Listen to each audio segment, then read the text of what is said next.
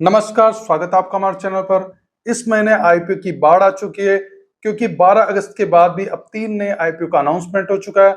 17 अगस्त को एक आईपीओ आ रहा है और ये IPO Lalita jewellery mart company लेकर आ रही है। 18 अगस्त को 2 आईपीओ आ रहे हैं।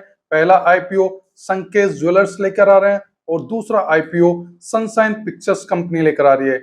जैसे कि मैंने कल के वीडियो में बताया कि 12 अगस्त को एक साथ 2 आईपीओ आ रहे हैं और उन 2 आईपीओ में से पहले आईपीओ सिप्रोकेट आईपीओ का मैंने कल वीडियो अपलोड कर दिया है। अगर आपने इस वीडियो को नहीं देखा है तो आप इस वीडियो को देख सकते हैं।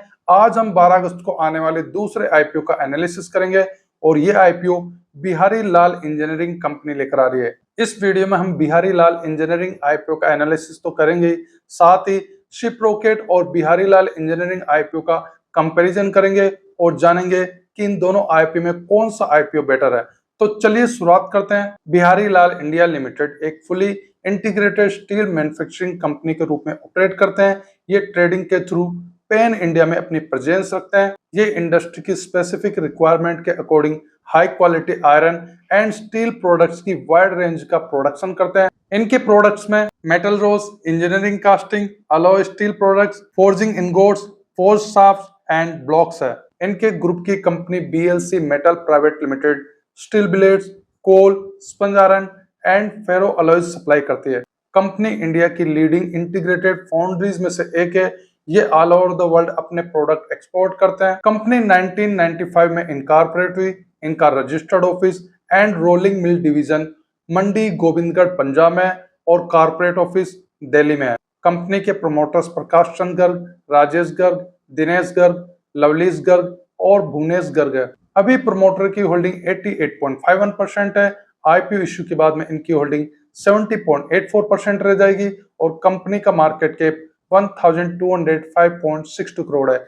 ये तो कंपनी के प्रोफाइल की बात हुई। चलिए कंपनी के फाइनेंशियल देखते हैं। 2026 फाइनेंशियल की बात करें तो 2026 फाइनेंशियल में इनके असेट 367.87 करोड़ है।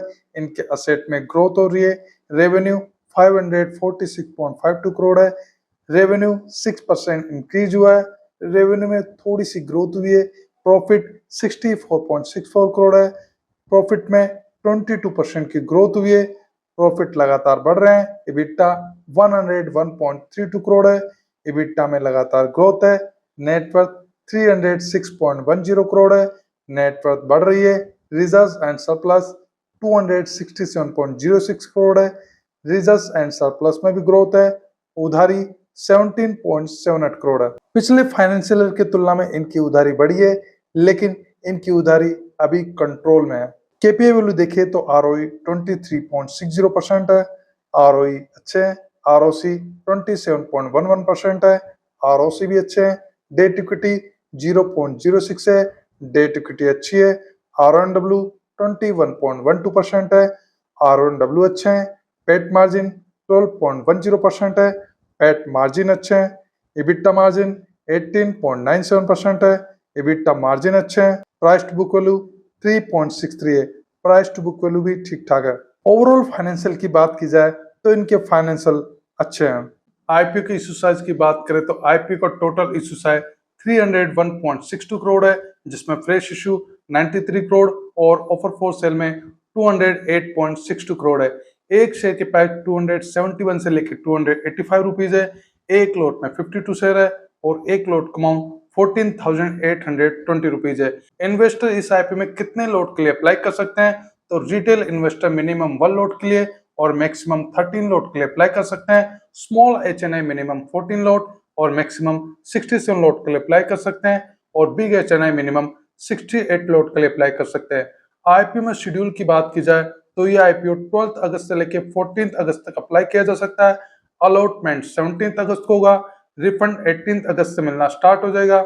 जिन इन्वेस्टर को आईपीओ अलॉट होगा उनके डीमेट अकाउंट में शेयर 18 अगस्त को क्रेडिट कर दिए जाएंगे और स्टॉक एक्सचेंज में इस आईपीओ के शेयर 19 अगस्त को लिस्ट होंगे। आईपीओ में रिजर्वेशन देखिए तो क्यूआईबी को 50% रिजर्वेशन दिया गया है।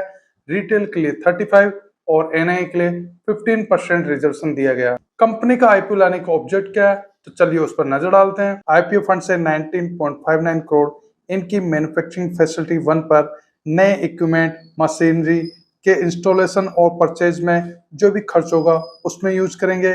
3.40 करोड़ मैन्युफैक्चरिंग फैसिलिटी 1 पर न्यू रूफटॉप सोलर पैनल में इंस्टॉलेशन और परचेज में यूज करने वाले 36.65 करोड़।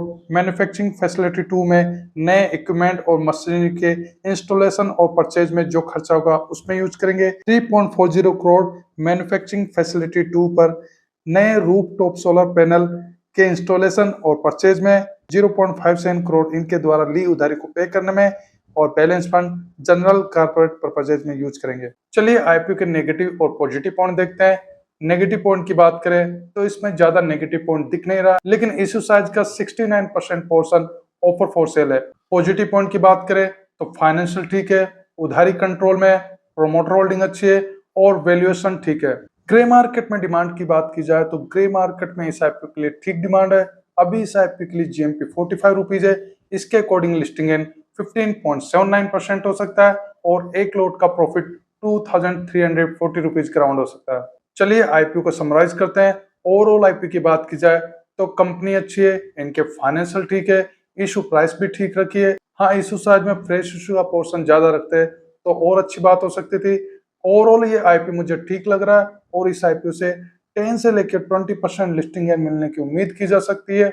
हमारे चैनल के एक व्यूअर ने कमेंट के थ्रू रिक्वेस्ट की थी कि ये भी बताया कि आईपीओ लॉन्ग टर्म के लिए रखना है या नहीं रखना है। आईपीओ के लिए मेरा मानना ये है कि आईपीओ में लिस्टिंग लेके एग्जिट कर लेना चाहिए। अगर लिस्टिंग डे पर किसी आईपीओ के शेयर लगातार ऊपर जा रहे हैं तो उसको होल्ड कर लेना चाहिए। अगर 2-3 दिन के बाद में उस आईपीओ के शेयर डाउन आते हैं तो उस आईपीओ से एग्जिट कर लेना चाहिए। ज्यादातर आईपीओ ऐसे होते हैं 1 दिन, 2 दिन, 5 दिन या 1 वीक, उतने दिन उस आईपीओ के शेयर ऊपर जाते हैं फिर वो डाउन आने लगते हैं और जिन इन्वेस्टर को आईपीओ अलॉट हुआ था वो एग्जिट नहीं कर पाते और उस आईपीओ से उन इन्वेस्टर को प्रॉफिट की जगह लॉस होने लगता है।